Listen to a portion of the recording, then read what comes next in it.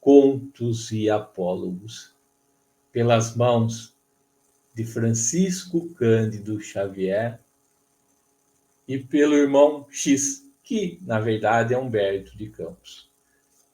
Capítulo 15 já do livro Contos e Apólogos. Título é O Enigma da Obsessão. Vamos lá. Comentávamos em círculo íntimo o inquietante enigma da obsessão na Terra, alinhando observações e apontamentos. Por que motivo se empenham criaturas encarnadas e desencarnadas em terríveis duelos no santuário mental? Que a vítima, arrancada ao corpo, em delito recente, prossiga imantada ao criminoso, quando a treva da ignorância lhe situa o espírito à distância do perdão. É compreensível. Mas como interpretar os processos de metodizada perseguição no tempo? Como entender o ódio de certas entidades acerca de crianças e jovens, de enfermos e velhinhos? Porque a ofensiva persiste dos gênios perversos através de reencarnações numerosas e incessantes? No mundo, os assalariados do mal comprometem-se ao redor de escuros objetivos. Há quem se renda às tentações do dinheiro, do poder político, das honras sociais e dos prazeres subalternos. Mas em derredor de que razões lutam as almas desenfaixadas da carne, se para elas semelhantes valores convencionais de posse não mais existem? Longa série de porquês empolgava-nos a imaginação, quando Menés, otimista ancião do nosso grupo, à maneira de carinhoso avô, falou bem-humorado. A propósito do assunto, contarei a vocês um apólogo, que nos pode conferir alguma ideia acerca do nosso imenso atraso moral. E tranquilo narrou. Em épocas recuadas, numa cidade que os séculos já consumiram, os bois sentiram que também eram criaturas feitas por nosso Pai Celestial, não obstante inferiores aos homens. Sentindo essa verdade, começaram a observar a crueldade com que eram tratados.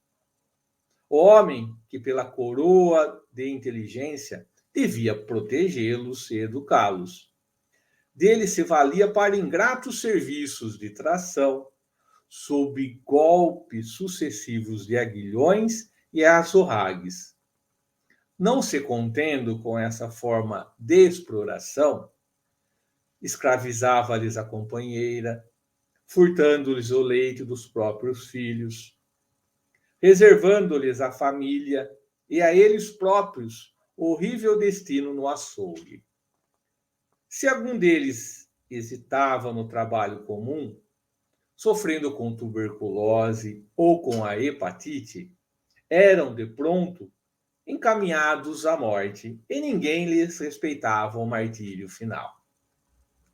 Muitas pessoas compravam-lhe as vísceras cadavéricas ainda quentes, tostando-as ao fogo para churrascos alegres, enquanto outras lhe mergulhavam os pedaços sangrentos em panelas com água temperada, convertendo-os em saborosos quitutes para bocas famintas.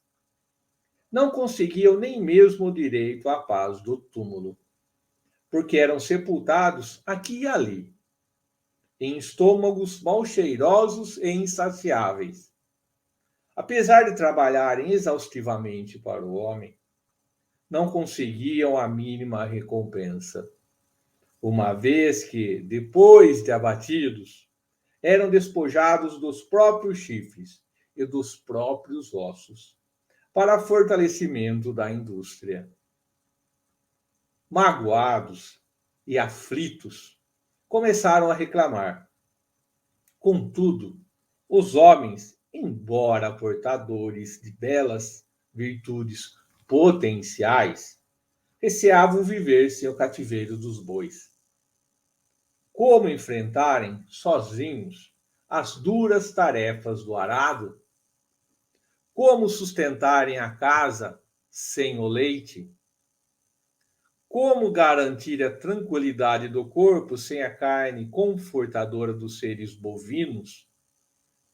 O petitório era simpático, mas os bichos se mostravam tão nédios e tão tentadores que ninguém se arriscava à solução do problema.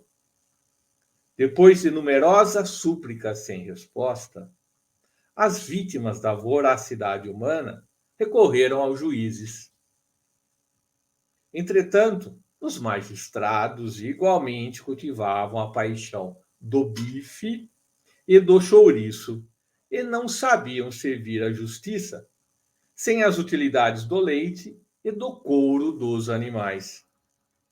Assim, o impasse permaneceu sem alteração, e qualquer touro mais arrojado que se referisse ao assunto, a destacar-se da subserviência em que se mantinha o rebanho, era apedrejado, espancado e conduzido irremediavelmente ao matadouro.